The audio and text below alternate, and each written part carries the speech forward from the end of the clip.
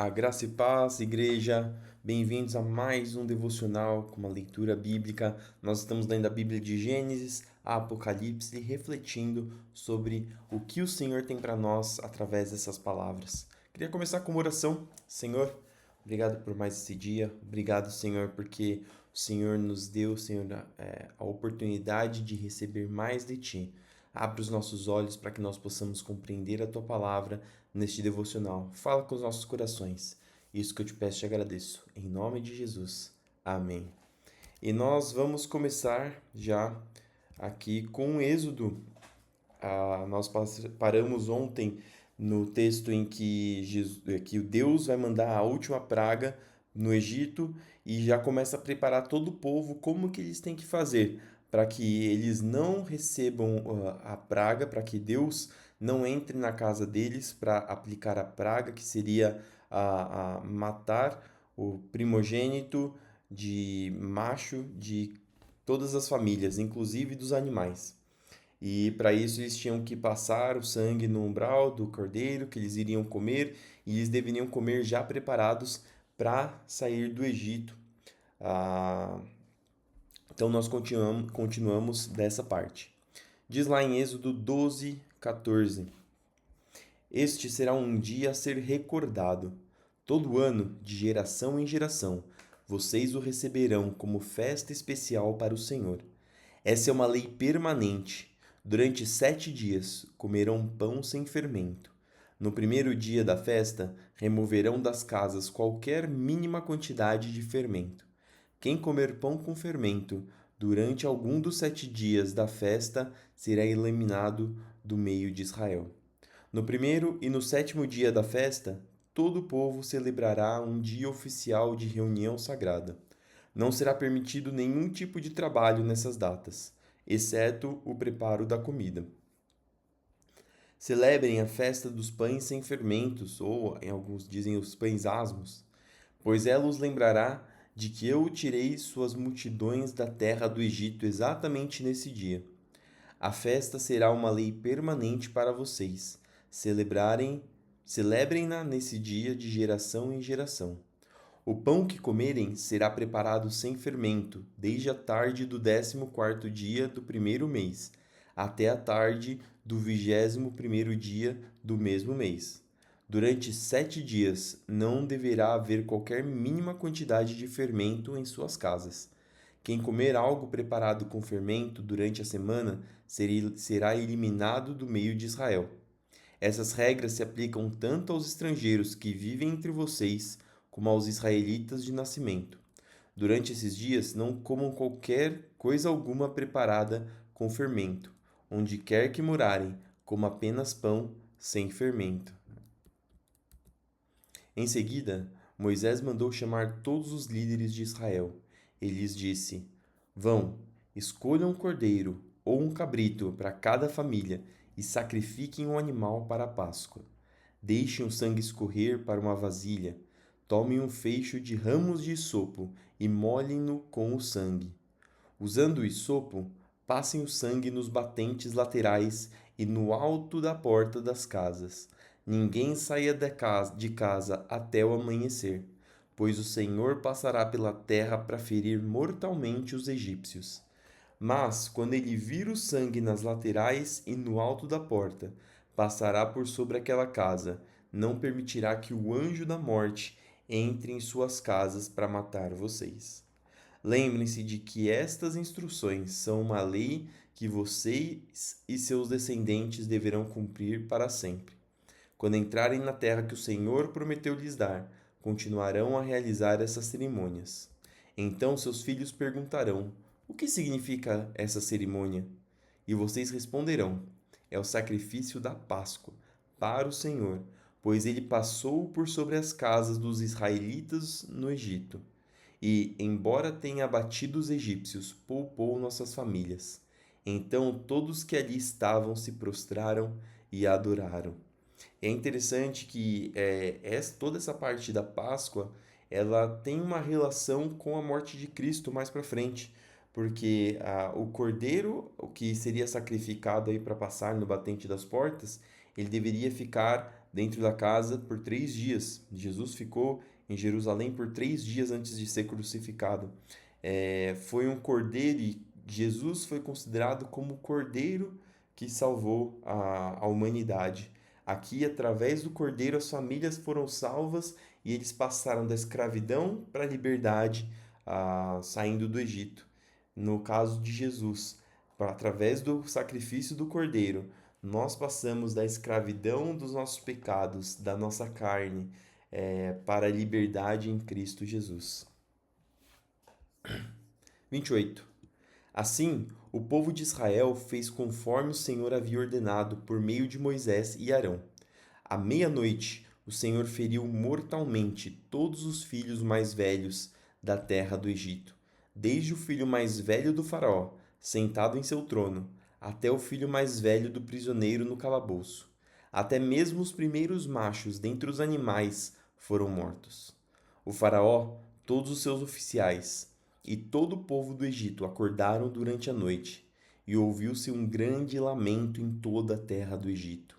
Não houve uma só casa onde não morresse alguém. No meio da noite, o faraó mandou chamar Moisés e Arão. Saiam daqui, ordenou ele.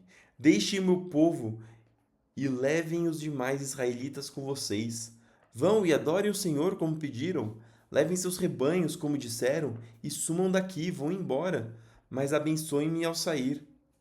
Os egípcios pressionavam o povo de Israel para que deixassem a terra quanto antes, pois pensavam: vamos todos morrer. Os israelitas levaram a massa de pão sem fermento, embrulharam as vasilhas em seus mantos e as colocaram sobre os ombros. Seguindo as instruções de Moisés, pediram aos egípcios que lhe dessem roupas e objetos de prata e ouro. O Senhor fez os egípcios serem bondosos com o povo, de modo que lhes entregassem tudo o que pediram. Assim, os israelitas tomaram para si as riquezas dos egípcios. Naquela mesma noite, os israelitas partiram de Ramsés, rumo a Sucote. Havia cerca de 600.000 homens, além das mulheres e crianças. Saiu com eles uma mistura de gente que não era israelita, além de imensos rebanhos de ovelhas, bois e outros animais. Com a massa sem fermento que haviam levado do Egito, assaram pães achatados. A massa era sem fermento, pois foram expulsos do Egito com tanta pressa que não tiveram tempo de preparar o alimento para a viagem.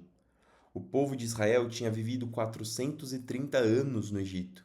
Na verdade, essa grande multidão do Senhor deixou a terra exatamente no dia em que se completou os 430 anos. O Senhor passou a noite toda em vigília para tirar seu povo do Egito. Essa, portanto, é a noite do Senhor e deverá ser celebrada por todos os israelitas, de geração em geração. Então o Senhor disse a Moisés e a Arão: estas são as instruções para a festa da Páscoa. Nenhum estrangeiro poderá comer a ceia de Páscoa. O escravo comprado poderá participar se for circuncidado. Os residentes temporários e os empregados não poderão participar. Cada cordeiro de Páscoa será comido em uma só casa. Nenhum pedaço de carne será levado para fora, e nenhum osso do cordeiro será quebrado. Toda a comunidade de Israel celebrará a festa da Páscoa. Se os estrangeiros que vivem entre vocês quiserem celebrar a Páscoa do Senhor, todos os homens dentre eles devem ser circuncidados. Só então poderão celebrar a Páscoa com vocês, como qualquer israelita de nascimento. Os homens que não forem circuncidados, porém, jamais poderão participar da ceia de Páscoa. Essas instruções se aplicam a todos, tanto os israelitas de nascimento como aos estrangeiros que vivem entre vocês. Todo o povo de Israel seguiu as ordens que o Senhor deu a Moisés e a Arão. Naquele mesmo dia, o Senhor tirou os israelitas da terra do Egito como um exército. O Senhor disse a Moisés: consagre a mim todos os primeiros filhos homens dos israelitas. O primeiro filho de cada família e a primeira cria dos animais me pertencem. Então Moisés disse ao povo: esse é um dia a ser lembrado, o dia em que vocês deixaram o Egito, onde eram escravos. Hoje o Senhor os tirou de lá pela força de sua mão poderosa. Lembrem-se de não comer coisa alguma com fermento. Neste dia, no mês de Abibe, vocês foram libertos. Depois que o Senhor os fizer entrar na terra dos cananeus, dos hititas, dos amorreus, dos heveus e dos jebuseus, celebrem essa cerimônia neste mesmo mês, a cada ano. Ele jurou a seus antepassados que lhes daria essa terra, uma terra que produz leite e mel com fartura. Durante 7 dias vocês deverão comer pão sem fermento. No sétimo dia, façam uma festa ao Senhor. Comam pão sem fermento nos 7 dias. Neste período não deverá haver nenhuma comida fermentada, nem a mínima quantidade de fermento dentro do seu território. No sétimo dia, cada um explica a seus filhos: Hoje celebro aquilo que o Senhor fez por mim quando saí do Egito. Essa festa anual será um sinal visível para vocês, como uma marca gravada na mão ou um símbolo colocado na testa. Ela servirá para lembrá-los sempre de manter as instruções do Senhor em seus lábios, pois o Senhor os resgatou do Egito com a mão poderosa. Portanto, cumpram a ordem de realizar a festa a cada ano na data estabelecida. É isto que farão quando o Senhor cumprir o juramento dele a seus antepassados.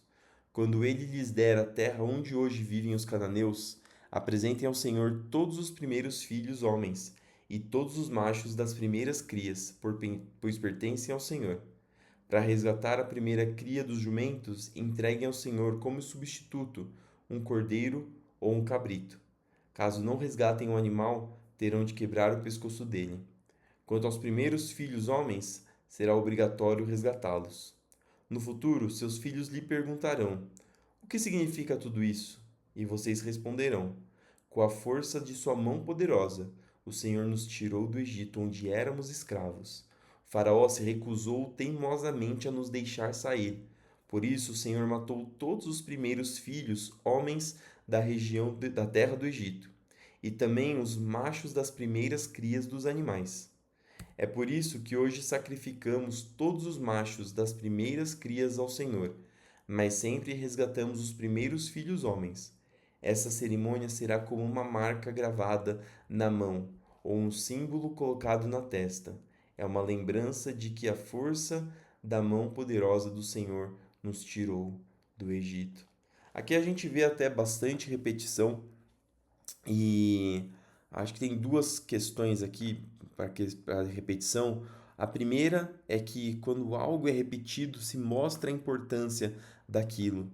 Então, quando Jesus diz em verdade vos digo, ele está querendo realmente chamar a atenção para aquilo que vai ser dito.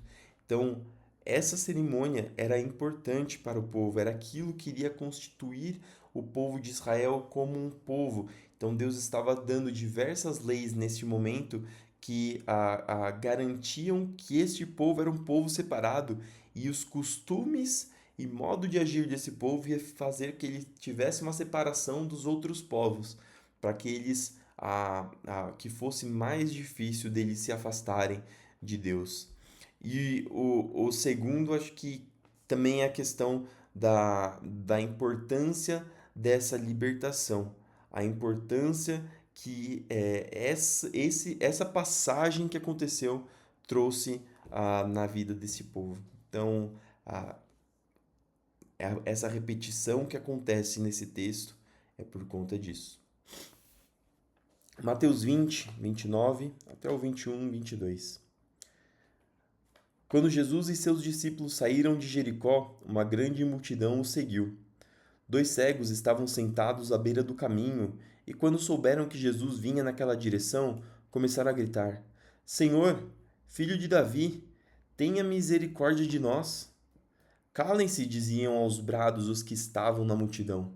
Eles, porém, gritavam ainda mais alto: Senhor, filho de Davi, tenha misericórdia de nós.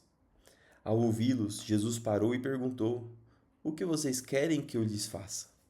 Eles responderam: Senhor, nós queremos enxergar. Jesus teve compaixão deles e tocou-lhes nos olhos. No mesmo instante passaram a enxergar e o seguiram. Quando já se aproximavam de Jerusalém, Jesus e seus discípulos chegaram a Betfagé, no Monte das Oliveiras. Jesus enviou na frente 2 discípulos. Vão àquele povoado adiante, disse ele. Assim que entrarem, verão uma jumenta amarrada, com seu jumentinho ao lado. Desamarrem os animais e tragam-nos para mim. Se alguém lhes perguntar o que estão fazendo, digam apenas: o Senhor precisa deles. E de imediato a pessoa deixará que vocês os levem. Isso aconteceu para cumprir o que foi dito por meio do profeta. Digam ao povo de Sião: vejam, seu rei se aproxima. Ele é humilde e vem montado num jumento, num jumentinho, cria de jumenta. Os 2 discípulos fizeram como Jesus havia ordenado, trouxeram a jumenta e o jumentinho, e puseram seus mantos sobre o jumentinho, e Jesus montou nele. Grande parte da multidão estendeu seus mantos ao longo do caminho diante de Jesus, e outros cortaram ramos das árvores e os espalharam pelo chão. E as pessoas, tanto as que iam à frente como as que o seguiam, gritavam: Hosana, filho de Davi, bendito é o que vem em nome do Senhor, Hosana no mais alto céu. Quando Jesus entrou em Jerusalém, toda a cidade estava em grande alvoroço. Quem é esse? Perguntavam. A multidão respondia: É Jesus, o profeta de Nazaré da Galileia. Então Jesus entrou no templo e começou a expulsar todos que ali estavam, comprando e vendendo animais para o sacrifício. Derrubou as mesas dos cambistas e as cadeiras dos que vendiam pombas, dizendo: As Escrituras declaram: Meu templo será chamado casa de oração, mas vocês os transformaram num esconderijo de ladrões.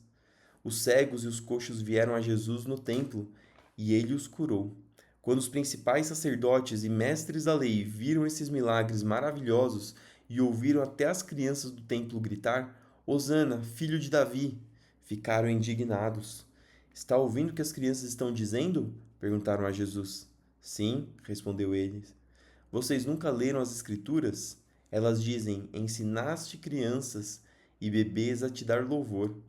Então ele voltou a Betânia, onde passou a noite. De manhã, enquanto voltava para Jerusalém, Jesus teve fome.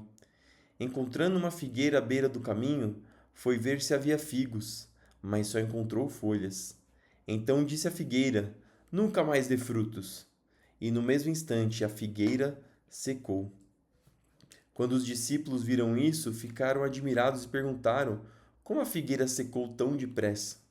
Jesus respondeu: Eu lhes digo a verdade. Se vocês tiverem fé e não duvidarem, poderão fazer o mesmo que fiz com esta figueira.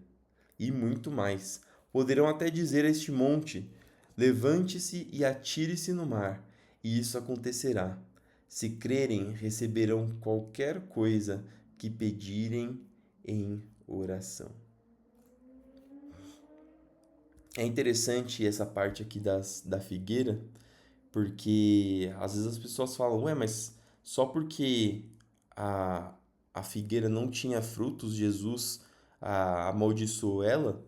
E é interessante porque a figueira tem uma propriedade que ela só tem folhas quando ela já tem frutos.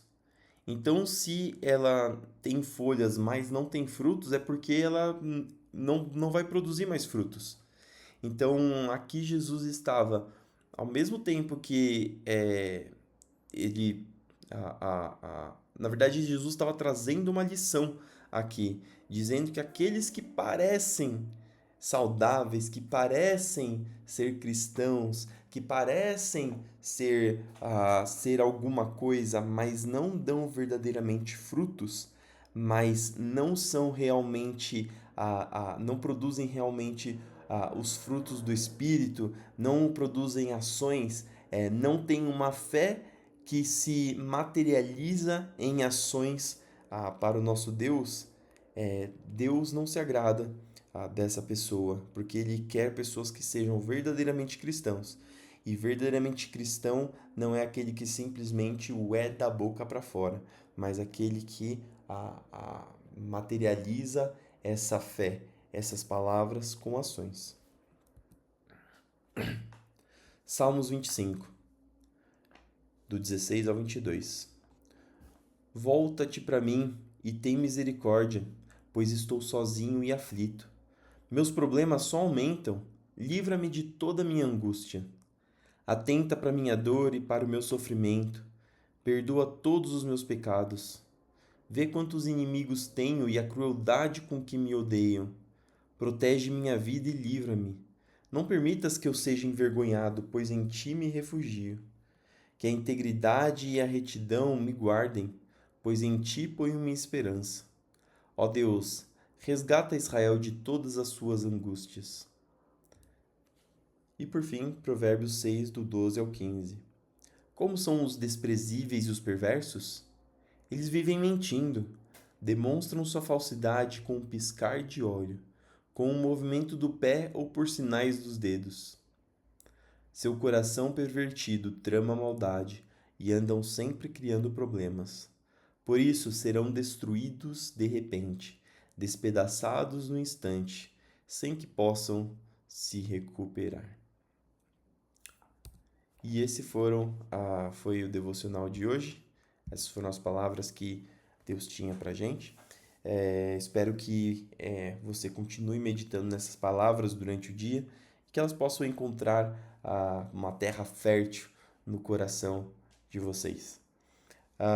Vamos orar para terminar esse momento. Senhor, obrigado por esse dia, obrigado por obrigado por esse devocional, obrigado por essa palavra, obrigado porque o Senhor tem nos abençoado, tem nos dado forças para continuar lendo a Tua palavra. Fale em nossos corações aquilo que nós lemos, para que essas palavras venham, Senhor, ficar gravadas nas nossas mentes e para que o Seu Espírito venha nos lembrar quando nós precisarmos.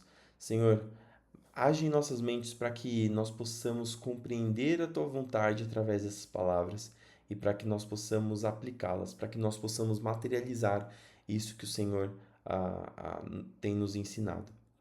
Fica conosco mais esse dia, Senhor. Abençoa aqueles que vão trabalhar, abençoa aqueles que voltaram do trabalho, abençoa aqueles que vão ficar em casa, aqueles que vão estudar, para que tudo que nós fizermos seja para a Tua glória e para que o Senhor seja em nossas vidas, Senhor. Senhor, iluminando as nossas vidas e para que nós possamos refletir nos outros, Senhor, a Tua grandeza, a grandeza da Tua glória. Abençoa aqueles que estão doentes, aqueles que estão necessitados, aqueles que estão, Senhor, precisando de uma oportunidade de emprego. Que o Senhor abra as portas, que o Senhor cure as feridas, que o Senhor cure o coração e a mente. Senhor, abençoa para que o seu povo seja um povo vitorioso e para que as provações não durem para sempre, Senhor, e para que, mesmo aqueles que estão sendo provados, que o Senhor dê força e sustento, para que o Senhor dê refrigério na alma, para que eles possam aprender, para que nós possamos aprender sempre, Senhor, o que o Senhor quer para as nossas vidas. Senhor, abençoa para que nós possamos ter um dia de paz e de descanso e de trabalho. Continua conosco. Isso que eu te peço e agradeço. Em nome de Jesus. Amém. Amém?